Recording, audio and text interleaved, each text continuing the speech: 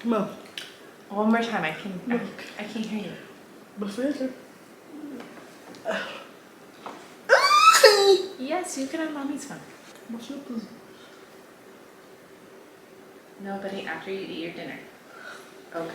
Kiddo, good job eating your dinner. You can have a marshmallow now. I'm so proud of you. Okay, that was great. All right, what did you just ask me for? Grandma Shirley. Grandma Shirley? Nobody, we'll go visit Grandma Shirley later. Okay. Hey, good job, it's later. Let's go visit Grandma Shirley. Yeah, it's later. It's later. It's later. Let's go visit Grandma Shirley. Hey guys, Kaidale is in a bit of a mood today, so we're not going to do our usual hanging out day in the life vlog for this Monday video, but I am hanging out in his room, and I figured I would talk about something that I've actually been meaning to kind of explain to you guys and just shed light on a very important part of our life, and in a sense how me and Kaidale communicate with each other, just our everyday communication back and forth.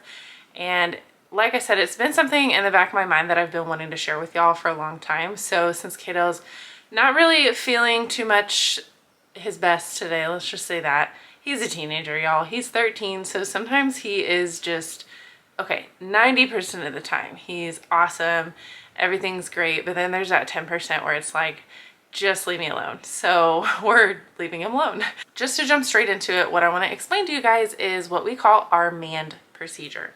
So in ABA, a frequent term that's used is called manding, and what that basically means is just requesting. So it's a form of communication. It's Kaidale coming up and requesting something or asking for something. Kaidale is verbal, but he's not super expressive. He doesn't speak in full sentences, but he's got a lot of single or double word phrases that he will speak. And for the most part, he can get all of his basic needs across. He can request all of his basic needs. You know, he'll ask me for bathroom, he'll ask me for water, chicken nuggets, YouTube, whatever it is he's wanting, which is him manding. He can do that verbally pretty much. But what he used to do before he was verbal,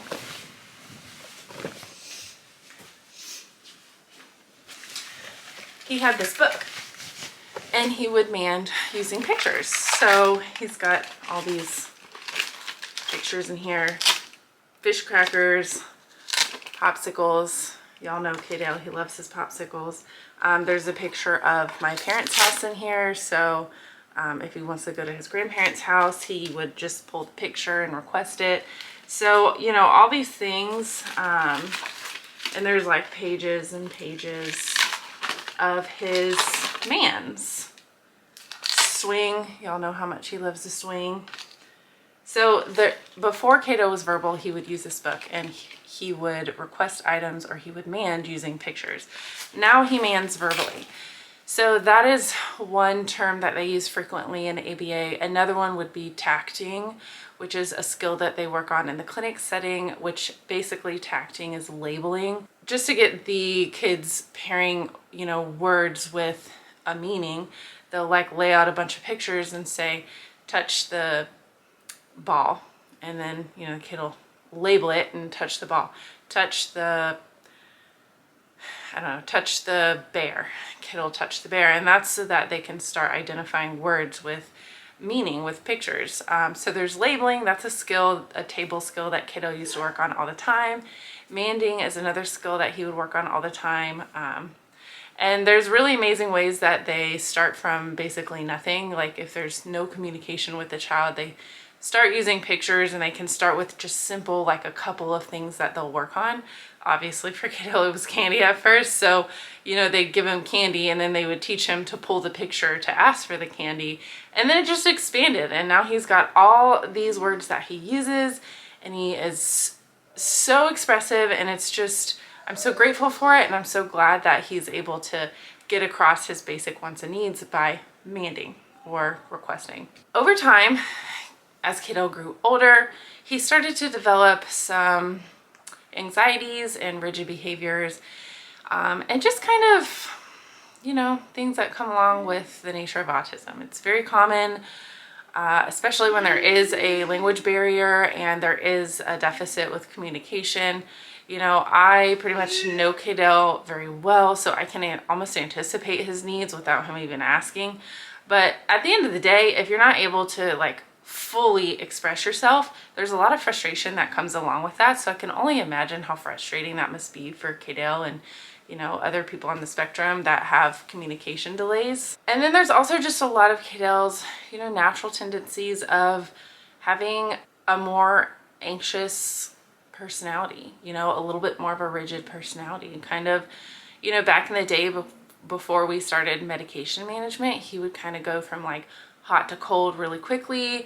And, you know, he would just kind of snap out of nowhere, like something that I didn't think was a big deal, but he would just have this, you know, huge moment over. And so there was always that barrier of like, how do we get in a more flexible state? How do we get to a place to where he can not, you know, melt down when he doesn't get what he's expecting or what he's asking for? How can he learn to be a little bit more tolerant and flexible and accept hearing no and accept that, you know, he's not going to get his way right now? I mean, for any kid or child, that's a whole thing. You've got to teach them to accept no and delayed gratification, and that they can't just get everything they want all the time. So it's no different than any other kid. It's just with Kaidale and with his autism, there's a little bit more challenges that go along with it. And so just to jump straight into the actual protocol. So there's 1 of 4 responses that me as the authority figure will give when Kaidale comes up to me and mands for something. Again, this is called the MAND procedure. This is Kaidale's specific MAND procedure that was kind of formulated over time with his previous BCBA, who was in his life for many, many, many years. She knew Kaidale like the back of her hand, better than me just about, to be honest with you. And she was just so intelligent and just so intuitive with Kaidale and his needs that she's the one that came up with this procedure.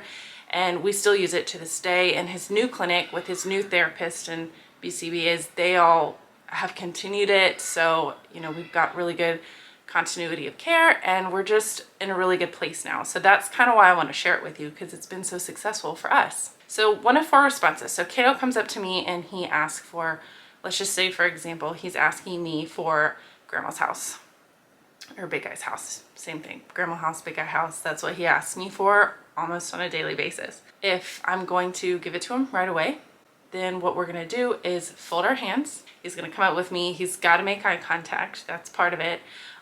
Because in that way I can differentiate if it's a true man or he's just kind of scrolling and, you know, talking to himself. But I can know like, okay, this is a true man. He's really asking me for something. So if he comes up and he makes eye contact and he asks me for grandma's house, and I'm going to fold my hands and say yes.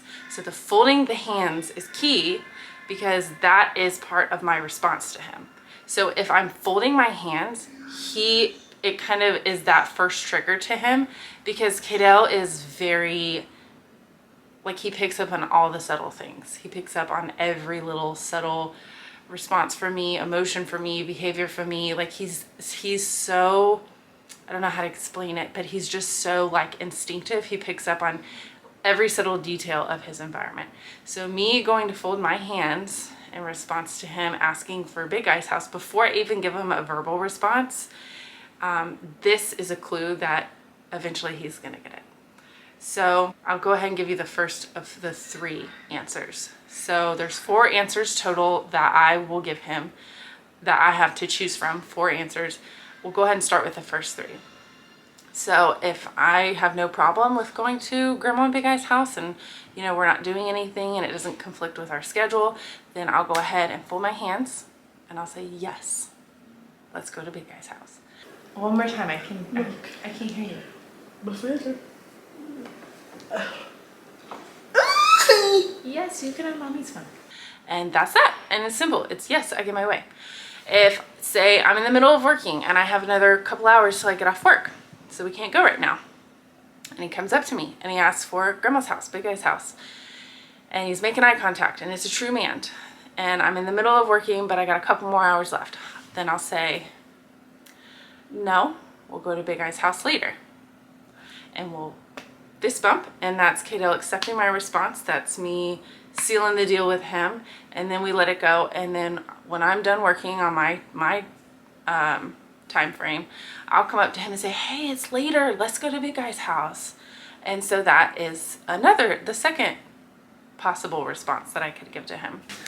All right, what did you just ask me for? Graham Shirley. Grandma Shirley? Nobody will go visit Grandma Shirley later. Okay. Hey, good job, it's later. Let's go visit Grandma Shirley. Yeah, it's later. It's later. It's later, let's go visit Grandma Shirley. If, say, we're in the middle of working on chores, because Kaidale has chores just like any other kid, he has daily chores. So say we're in the middle of our daily chores, but we don't have anything planned in the afternoon, and I don't mind going to Grandma and Big Guy's house, but I want him to finish his chores first. So he looks at me in the middle of chores out of nowhere and gets distracted and says, Grandma house, Big Guy house. And he's making eye contact, so I know it's a true mand. And in my head, I'm thinking, well, I'm gonna give him Grandma's house, that's fine, but I want him to finish his chores first. So I'll fold my hands, and that's his little signal, his little physical gesture that he's gonna get it eventually. He just doesn't know if he's gonna get it immediately or not. And then I'll say, no, you can have it after you finish your chores. And then we fist bump, we agree on the terms of the conditions, and then he finishes chores, and I say, oh my gosh, good job, you finished your chores, let's go to Big Guy's house. Nobody after you eat your dinner. Okay. Kiddo, good job eating your dinner. You can have a marshmallow now. I'm so proud of you. That was okay, that was great. Those are the three responses to where Kaidale is ultimately going to get what he's requesting. And let me explain this further. So the reason for breaking it up rather than just saying yes or no is because what would happen previously is the second Kaidale just heard that for me to say no, it would be instant trigger, instant meltdown, instant World War III, it felt like. And he, you know, like I said, he's grown up a lot. We've worked on this for a long time. He does have medication management now to help him with some of his anxiety and some of his OCD tendencies. But before, it was just an immediate shit show, so to say.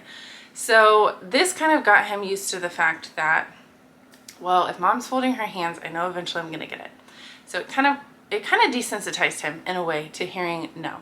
So just to recap, because I want to make sure that we're all staying on the same page and I'm being super clear. The answers are going to either be yes or no with a general time delay, or no with an activity delay. So yes is the immediate, you know, yes, we can go to Big Guy's house right now, and then we go. Or the time delay is, no, we can go to Big Guy's house later. Later is the word. Okay. And then I'm the one who decides when later is. Later can be 5 minutes. Later can be 2 hours because I've got 2 hours left of work. And then I come up to him later and I reinforce his mand request and I say, hey, good job, it's later, let's go. And what's funny is now Kaidale will come up to me sometimes and be like, it's later. Like he's asking me, is it later?